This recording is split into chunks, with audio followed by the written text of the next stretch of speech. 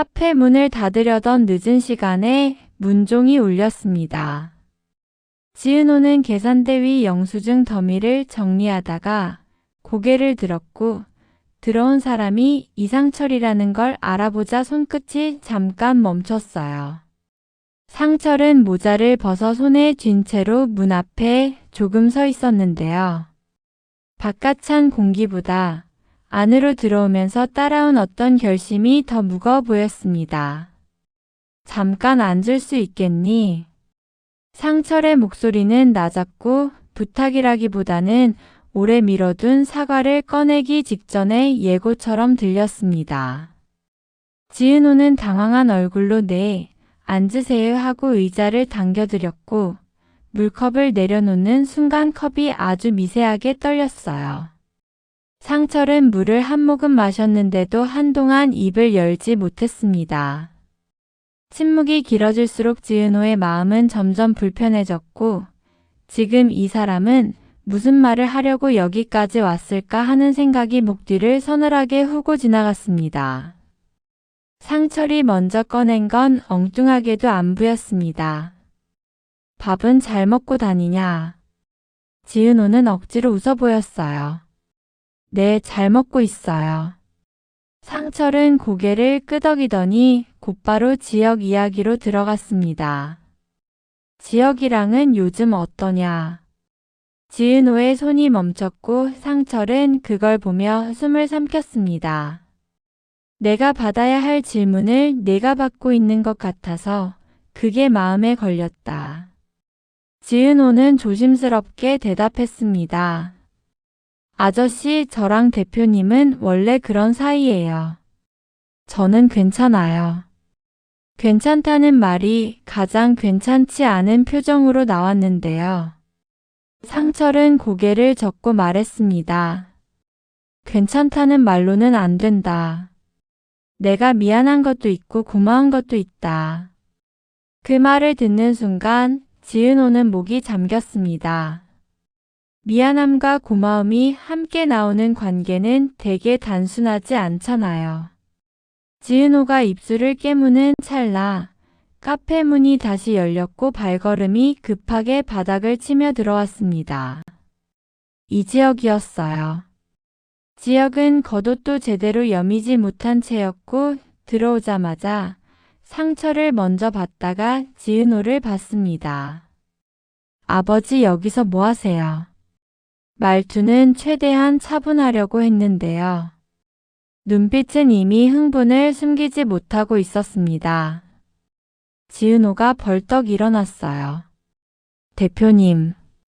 지역은 지은호에게 시선을 고정한 채 물었습니다.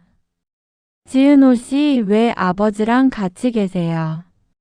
지은호가 대답을 찾지 못하자 상철이 먼저 말했습니다. 앉아. 지역이 순간 멈칫했어요. 네? 상철은 같은 톤으로 한 번 더 말했습니다. 앉아서 얘기해. 서서 따질 거면 나가서 해. 아버지 입에서 그 문장이 떨어지자 지역의 표정이 더 굳었습니다. 결국 지역은 의자를 당겨 앉았고 상철은 컵을 내려놓으며 담담하게 말했습니다. 친구 만나러 왔다. 지역의 눈이 크게 흔들렸습니다. 친구요? 상철은 고개를 끄덕였어요. 그래. 친구. 지역이 바로 되물었습니다. 언제부터요? 상철은 뜸을 들이지 않았습니다. 내가 몰랐을 때부터. 지역의 입가가 비틀렸어요. 저만 바보였네요. 상철은 지역을 똑바로 바라보며 말했습니다. 바보는 아니지. 내가 내 세상만 보면서 살았던 거야. 지역은 지은호에게 시선을 던졌습니다. 지은호 씨, 우리 아버지랑 어떤 사이예요? 지은호는 입을 열려다가 다시 닫았고 상철이 그 앞을 막아섰습니다. 내가 설명해야 할 일이다. 지역이 날카롭게 받아쳤어요. 그럼 왜 지금까지 숨겼어요? 상철은 고개를 젓고 말했습니다. 숨긴 게 아니라 내가 묻지 않았어. 너는 늘 나를 걱정한다고 했지. 근데 그건 걱정이 아니라 통제였어. 지혁은 반사적으로 부정하려다 멈췄습니다. 상철의 말이 너무 정확해서요. 상철은 자리에서 일어나 지혁 앞에 섰고 목소리는 낮았지만 흔들리지 않았습니다.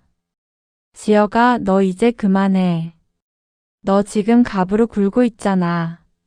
그 단어가 카페 공기를 한 번에 뒤집어 놨습니다. 지혁은 말이 막혔고 지은호는 숨을 삼켰어요. 상철은 지은호를 바라보며 짧게 말했습니다. 미안하다. 그리고 지혁을 다시 보며 덧붙였습니다.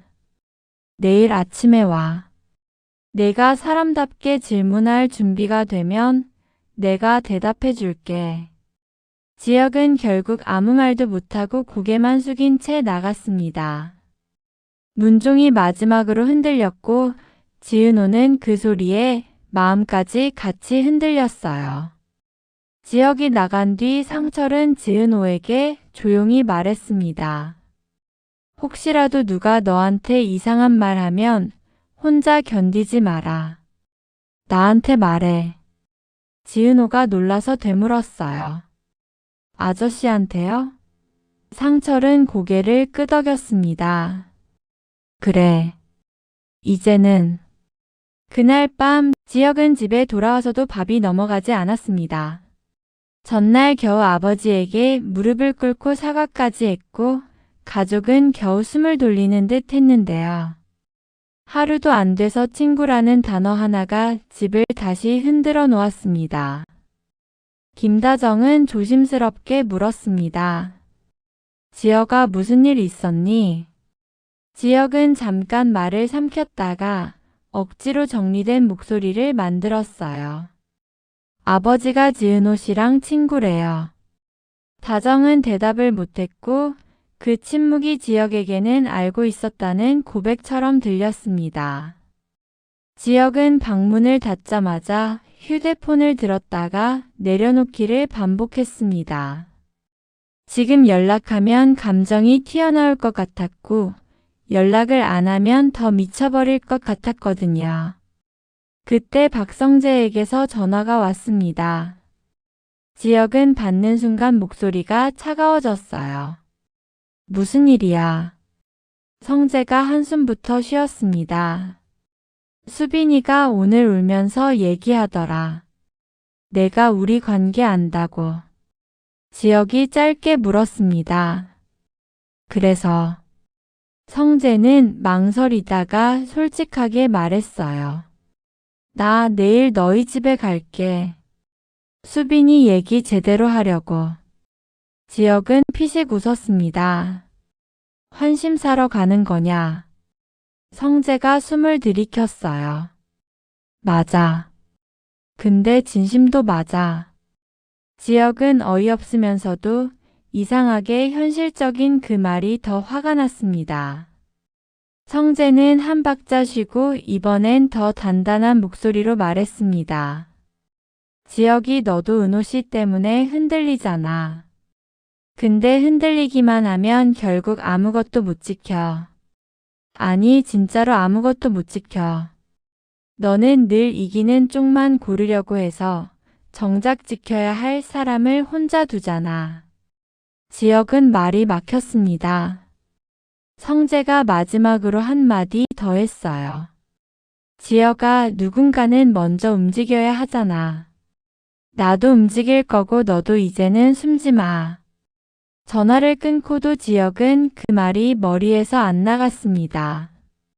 누군가는 먼저 움직여야 한다. 지혁은 결국 밤늦게 카페 쪽으로 향했어요. 문을 열지는 못하고 유리문 밖에서 오래 서 있었습니다. 안쪽 불빛이 꺼지고 지은호가 혼자 정리를 하다 잠깐 멈춰 서는 모습이 보였는데요. 지혁은 그 모습을 보자 더 이상 안으로 들어갈 용기가 나지 않았습니다. 대신 스스로에게 변명하듯 중얼거렸어요. 내가 뭘 잘못했길래. 다음 날 아침 지혁은 약속대로 집이 아니라 카페로 갔습니다. 상철이 먼저 와 있었고 지은호는 카운터 뒤에서 일하고 있었습니다. 지혁은 일부러 지은호에게만 고개를 숙여 인사했어요. 지은호 씨 잠깐 말씀 좀. 지은호는 어색하게 웃으며 고개를 끄덕였고 상철은 지혁을 보자마자 먼저 말했습니다. 앉아. 오늘은 내가 질문하고 내가 대답한다. 지혁은 커피도 마시지 않고 바로 물었습니다. 아버지 왜 숨겼어요? 상철이 잠시 눈을 감았다 뜨더니 대답했습니다. 숨긴 게 아니라 너한테 말할 자격이 없었다. 지혁이 목소리를 높였어요. 자격이 왜 없어요? 상철은 지혁을 똑바로 바라보며 말했습니다. 내가 너에게 말하면 너는 그 말을 내 소유로 만들 테니까. 너는 사랑한다고 하면서도 결국 내 손안에 두려고 하잖아. 지혁은 얼굴이 굳었고 상철은 그 틈에 더 깊이 들어갔습니다. 지은호는 내게 내 과거를 보게 하는 사람이다. 내가 부끄러웠던 때가 있었고 그때 지은호를 봤다. 정확히는 지은호가 내 눈앞에 있었고 나는 모른 척했다.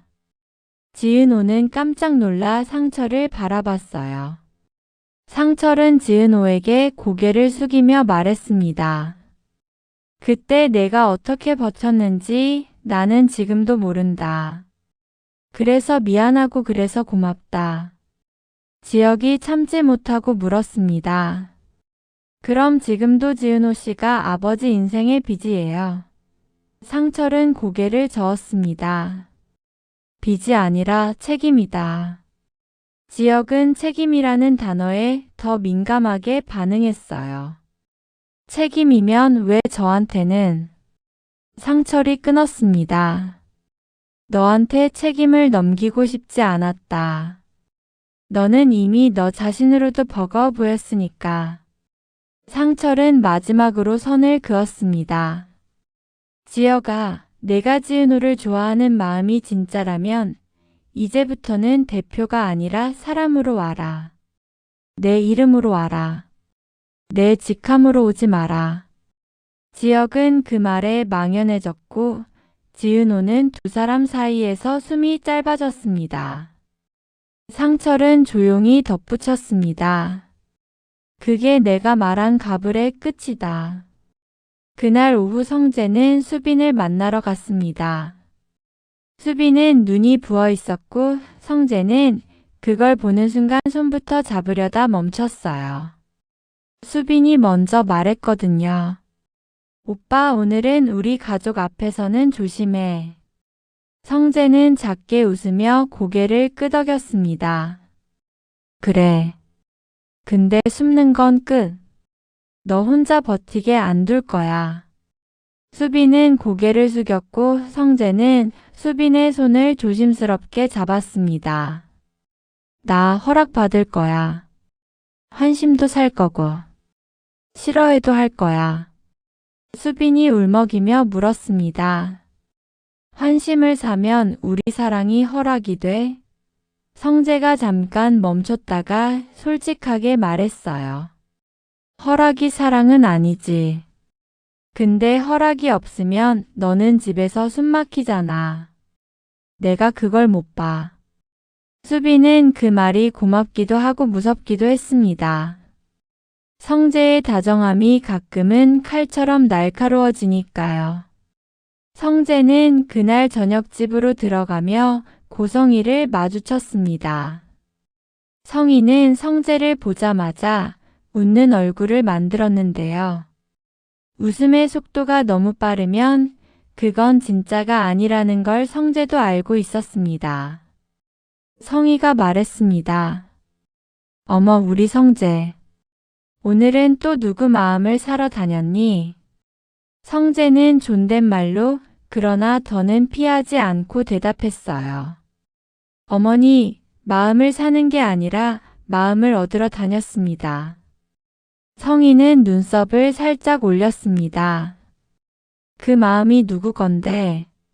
성재는 숨을 한 번 들이킨 뒤 똑바로 말했습니다. 이수빈입니다. 성희의 표정이 잠깐 멈췄다가 더 예쁘게 웃었습니다.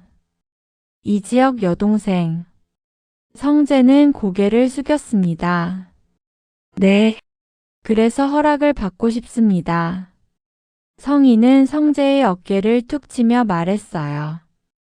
허락은 내가 하는 게 아니지. 내 아버지가 하겠지.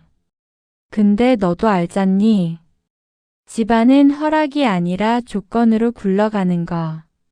성재는 그 말에 얼굴이 굳었지만 감정을 숨겼습니다. 조건이 뭔지 말씀해 주시면 듣겠습니다. 성희는 아주 천천히 고개를 끄덕였어요. 좋아. 그럼 내가 정말 진심인지 시험해 볼까요? 성재는 억지로 미소를 유지했지만 속은 식어갔습니다. 성희는 부드러운 목소리로 잔인한 말을 할 줄 아는 사람이었거든요. 내가 그 집에 가서 이지혁을 무릎 꿇게 만들 수 있으면 난 너를 도와줄게요. 성재가 순간 숨을 멈췄습니다. 어머니, 그건. 성희는 다정하게 웃으며 말을 잘랐어요. 그건 내가 하는 게 아니에요. 이지혁이 하게 만들면 되죠. 성재는 입술을 깨물었습니다. 저는 수빈이를 사랑하는 겁니다. 거래하려는 게 아니에요. 성희는 고개를 기울였습니다. 사랑 멋진 말이죠. 근데 세상은 멋진 말로 안 굴러가요. 너는 지금 사랑을 지키고 싶다면서도 결국 내 방식이 필요하잖아요. 성재는 반박을 못했습니다. 성희가 그 빈틈을 놓치지 않았어요. 내가 딱 하나만 말해줄게. 내가 선택한 사람을 지키려면 내가 싫어하는 사람이랑도 손잡아야 해요. 그게 어른이에요. 성재는 대답 대신 고개를 숙였고 성희는 만족한 듯 등을 돌렸습니다. 성재는 한동안 거실에 서 있다가 결국 지혁에게 전화를 걸었습니다. 손이 떨렸고 말이 제대로 나올지 몰랐지만 성재는 마음을 굳혔습니다.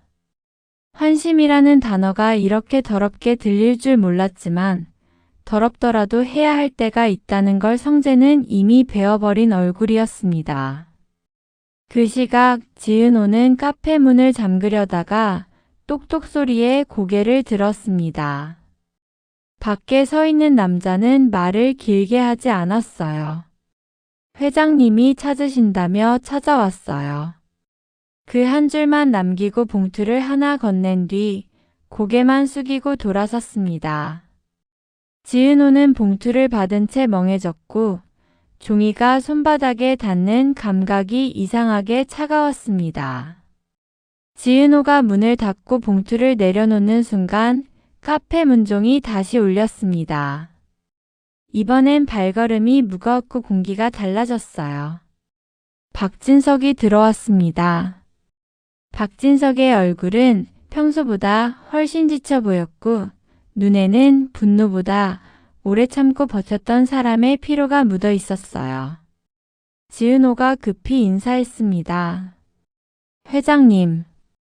박진석은 손을 들어 인사를 막고 낮은 목소리로 바로 말했습니다. 지은호 씨. 성희 씨랑 절대 단 둘이 있지 마. 지은호가 얼어붙었습니다. 왜요, 회장님? 박진석은 대답을 하지 않았습니다. 잠깐 시선을 피하더니 마치 자기가 말한 한 문장이 어디까지 위험해질지 계산하는 사람처럼 천천히 숨을 골랐어요. 그러다가 지은호에게만 들리게 말했습니다. 지금은 이유를 말하면 더 위험해져요. 묻지 말고 내 말만 들어요. 지은호는 봉투를 바라봤고 박진석은 그 시선을 따라 봉투를 받습니다. 박진석은 봉투를 열어보라고도 하지 않았고 내용을 설명하지도 않았어요. 대신 더 무거운 말을 꺼냈습니다. 지은호 씨, 지혁이 그 사람은 지금 흔들리고 있지. 지은호가 놀라서 고개를 들자 박진석은 덧붙였어요. 흔들릴 때 사람은 제일 쉬운 쪽으로 넘어가요. 그리고 그 쉬운 쪽을 성희가 만들어요. 지은호는 회장님이 왜 나한테 이런 말을 하지라는 의문이 더 컸습니다. 박진석은 그 의문을 읽은 듯 짧게 말했어요. 내가 늦게 알아서 그래. 그 말이 사과인지 고백인지 모호했는데요. 지은호가 더 묻기도 전에 카페 문종이 또 울렸습니다. 이지혁이 들어온 겁니다. 지혁은 어제부터 마음이 정리되지 않은 얼굴로 카페에 들렀다는 느낌이 아니라 확인하러 온 느낌이었어요. 지혁은 지은호를 보자마자 말했습니다. 지은호 씨, 어제 죄송했습니다. 말은 사과였지만 시선은 봉투와 박진석에게 끌려가고 있었습니다. 지은호가 급히 말했습니다. 대표님, 회장님이. 지혁은 회장님이라는 단어에 눈이 확 바뀌었어요. 회장님?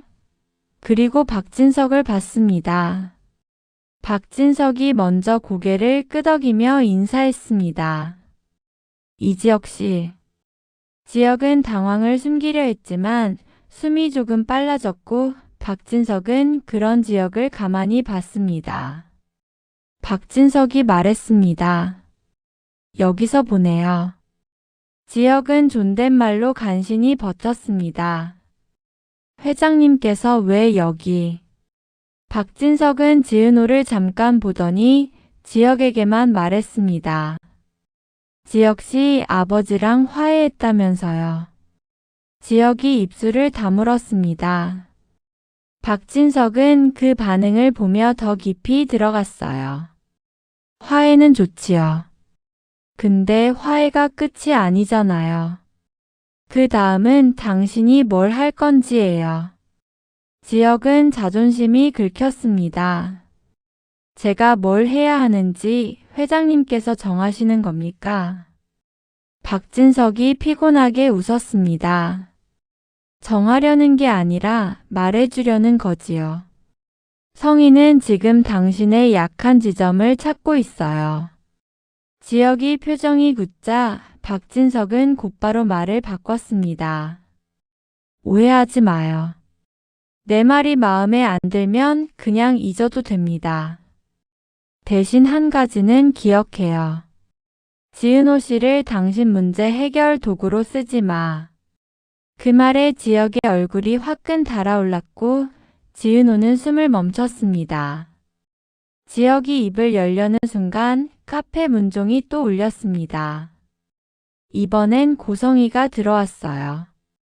성희는 들어오면서부터 웃고 있었고 그 웃음은 마치 내가 안 보는 곳에서 무슨 얘기했는지 다 알아요라는 눈빛과 붙어 있었습니다. 어머 회장님. 성희는 가장 공손한 톤으로 인사했는데요. 그 공손함이 오히려 무서웠습니다. 박진석은 성희를 보자마자 얼굴이 딱 굳었어요. 성희는 지은호를 보며 웃었습니다. 지은호 씨, 장사 끝나셨으면 집에 가서 쉬셔야죠. 왜 아직도 여기 계세요? 지은호는 대답을 찾지 못했고 박진석이 성희를 향해 낮게 말했습니다. 여기서 그만하지. 성희가 고개를 갸웃했습니다. 뭐려 회장님. 박진석은 더 단단한 목소리로 말했습니다. 사람을 쥐고 흔드는 거. 성희의 웃음이 잠깐 멈췄다가 다시 살아났습니다. 회장님, 오늘은 컨디션이 안 좋으신가 봐요. 박진석이 숨을 길게 내쉬었습니다. 컨디션 탓으로 돌릴 일 아니다. 내가 한 일은 오래전부터였고 내가 이제야 본 거야. 성희는 박진석에게서 시선을 떼고 지역에게로 고개를 돌렸습니다. 이지혁 씨, 어제 아버지랑 화해하셨다면서요. 축하드려요. 지혁은 대답하지 않았습니다. 성희는 그 침묵을 마음대로 해석하듯 미소를 지었습니다. 화해하셨으면 이제 아버지의 과거도 같이 안아야죠. 그게 가족이잖아요.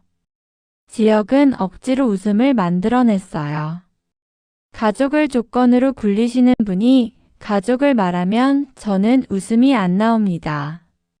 성희의 표정이 아주 잠깐 굳었고 곧 다시 부드러워졌습니다. 멋지네요. 그럼 더 멋진 선택을 해보세요. 지은호 씨를 사람으로 대하실 건지 내 편으로 만들 건지요. 지혁의 목이 잠깐 잠겼습니다. 상철이 아침에 했던 말이 그대로 꽂혔거든요. 사람으로 와라. 직함으로 오지 마라. 지혁은 숨을 깊게 들이킨 뒤 지은호를 바라보며 조심스럽게 말했습니다. 지은호 씨, 불편하면 말씀하세요. 저는 억지로 안 하겠습니다. 그리고 오늘은 제 직함 말고 제 이름으로만 얘기할게요. 지은호는 그 말이 고맙기도 하고 그만큼 무섭기도 했습니다. 지혁은 늘 정답을 들고 오는 사람 같았는데요. 오늘은 정답 대신 선택을 내미는 얼굴이었어요. 지은호가 바로 고개를 끄덕이지 못하자 박진석이 조용히 지은호 쪽으로 몸을 돌려 다시 말했습니다. 지은호 씨, 성희 씨랑 절대 단 둘이 있지 마. 그게 오늘 지은호 씨가 할 수 있는 전부예요. 성희는 그 장면을 보며 느긋하게 웃었습니다. 회장님이 지은호 씨를 지키시네요. 재미있네요. 박진석이 성희를 똑바로 보며 말했습니다. 재미로 하는 거 아니야. 내가 벌려놓은 판 내가 거두겠다는 거야. 성희의 표정이 차갑게 식었습니다. 거두시려면 손이 깨끗하셔야죠. 그 말은 박진석을 찌르면서 동시에 지역까지 겨냥하는 듯 했어요. 박진석이 끝내 한 번 더 참지 못하고 낮게 경고하듯 말했습니다. 입 조심해. 성희는 상처받은 척 눈을 내리깔았다가 다시 미소를 띄웠습니다. 회장님, 제가 무슨 말을 했다고요? 저는 그저 모두가 다치지 않게 하자는 건데요. 박진석은 목소리를 낮추고 단단하게 말했습니다. 내가 다치지 않게 하자는 말, 그게 제일 무서워. 성희는 뜻밖에도 더 오래 머무르지 않았습니다.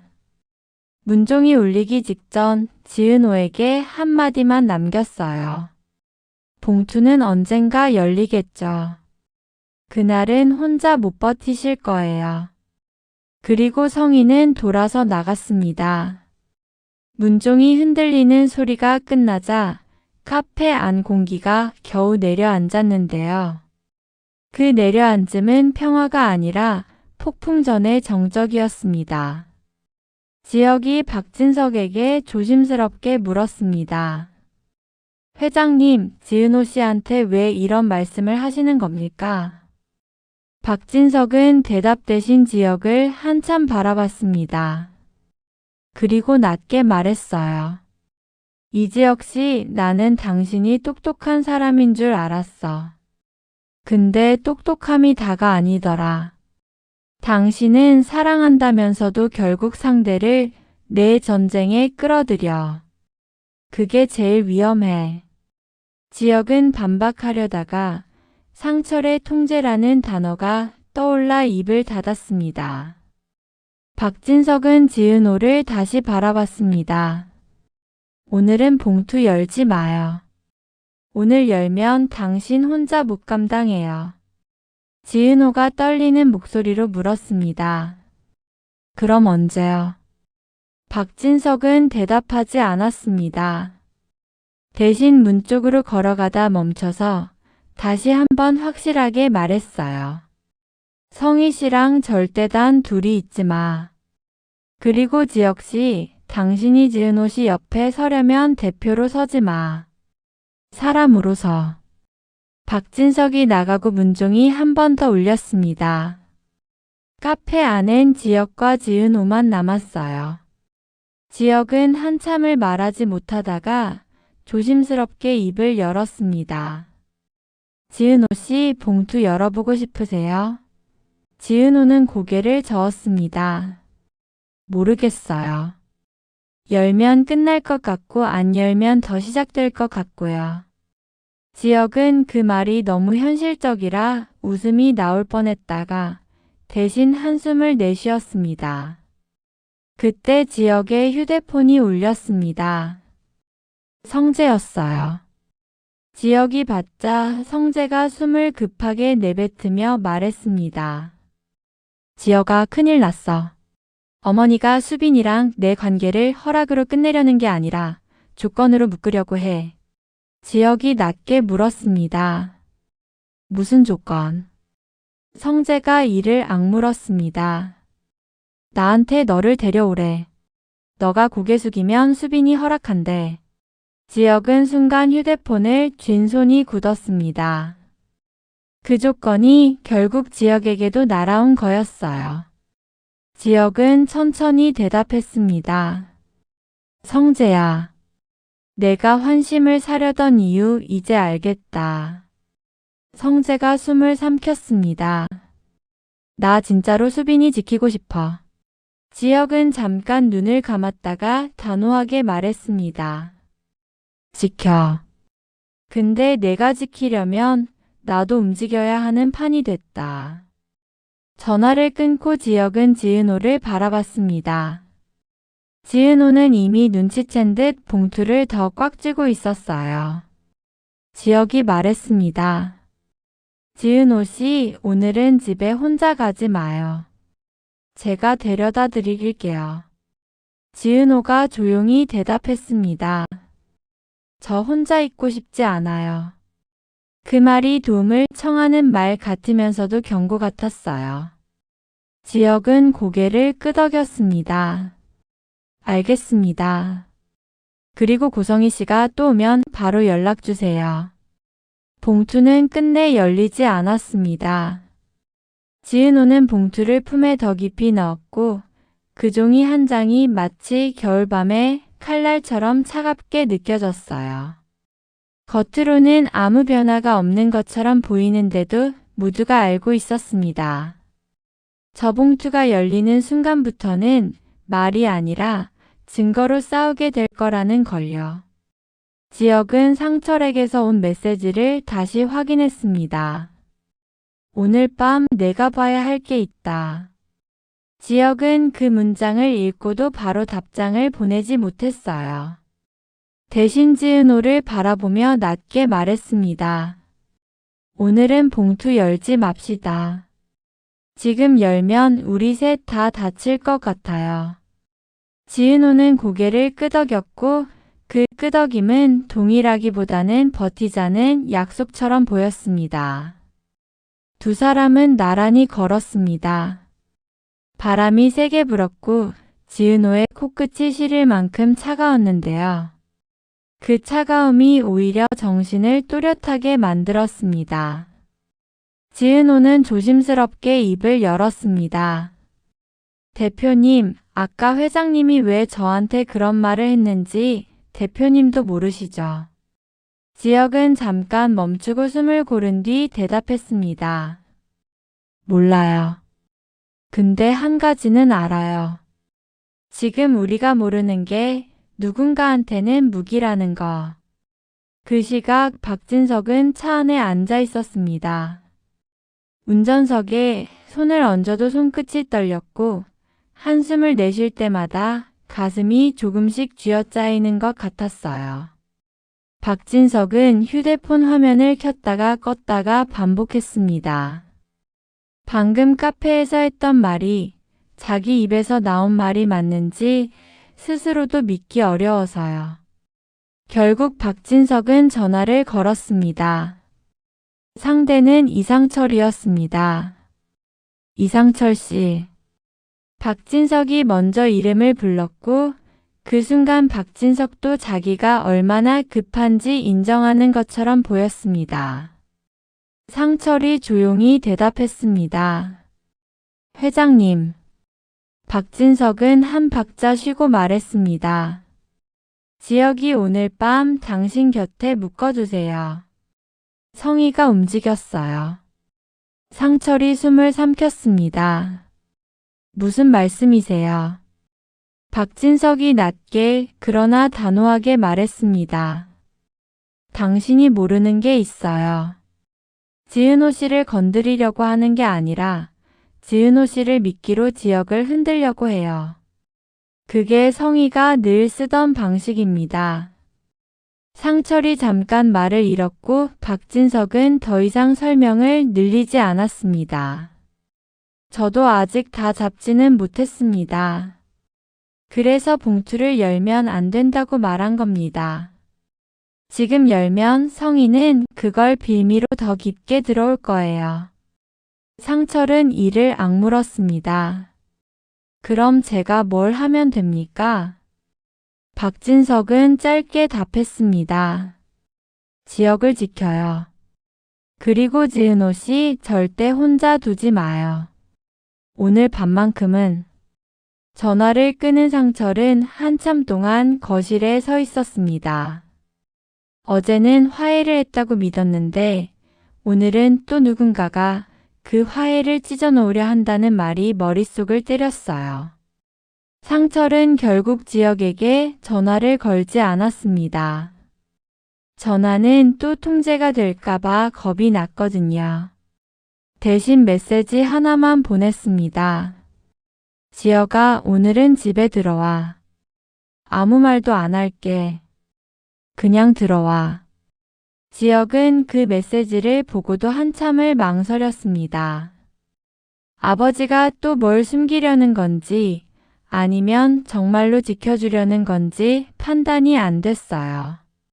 그래도 지혁은 결국 답장을 보냈습니다. 알겠습니다. 근데 저도 오늘은 숨지 않을 겁니다. 그 답장을 본 상철은 아주 작게 고개를 끄덕였고 스스로에게 말하듯 중얼거렸습니다. 그래, 오늘은 내가 묻고 내가 버틸 차례지. 박진석은 전화를 끊고 창밖을 봤습니다. 유리창에 비친 자기 얼굴이 낯설었어요. 평생 가족이라는 말에 속아 넘어가지 않으려고 서류와 돈으로 사람을 지키려고 했는데요. 정작 그 서류와 돈이 자기 안의 사람들을 먼저 부서뜨리고 있다는 걸 이제야 알아버린 얼굴이었습니다. 그때 박진석 휴대폰에 메시지가 하나 떴습니다. 발신자는 성희였고 내용은 짧았습니다. 회장님 어디세요? 박진석은 답장을 하지 않았습니다. 대신 휴대폰을 뒤집어 놓고 손바닥으로 이마를 눌렀습니다. 숨이 잠깐 멎는 것 같았고요. 박진석은 아주 작게 혼잣말을 했습니다. 이제는 내가 먼저 끝내야지. 같은 시각 고성희는 집 거실에서 혼자 미소를 짓고 있었습니다. 소리 없는 웃음이었지만 눈빛만으로도 충분히 웃고 있었어요. 성희는 천천히 핸드백에서 열쇠를 꺼내며 낮게 중얼거렸습니다. 단둘이만 아니면 되죠. 성희는 그 말을 내뱉고 잠깐 멈춰 섰습니다. 거실 시계 초침이 또각또각 울리는데도 성희의 표정은 전혀 흔들리지 않았어요. 성희는 휴대폰 화면을 천천히 문지르더니 누군가에게 보내지지 않은 메시지 창을 띄웠습니다. 내일은 다들 한자리에 모이게 해. 성희는 전송을 누르지 않고도 이미 세상이 자기 뜻대로 움직일 거라는 확신을 가진 얼굴로 조용히 웃었습니다. 봉투는 끝내 열리지 않았고 그날 밤은 그렇게 넘어갔어요. 하지만 모두가 알고 있었죠. 저 봉투가 열리는 순간부터는 말이 아니라 증거로 싸우게 될 거라는 걸요. 끝까지 시청해 주셔서 감사합니다. 여기서 봉투를 일부러 안 연 이유 이제 감이 오시죠? 지금 열면 내용보다 먼저 피해가 터져버릴 타이밍이었거든요. 여러분은 봉투 안에 뭐가 들어있을 거라고 보세요? 증거 서류일지, 녹취일지 아니면 완전 다른 함정일까요?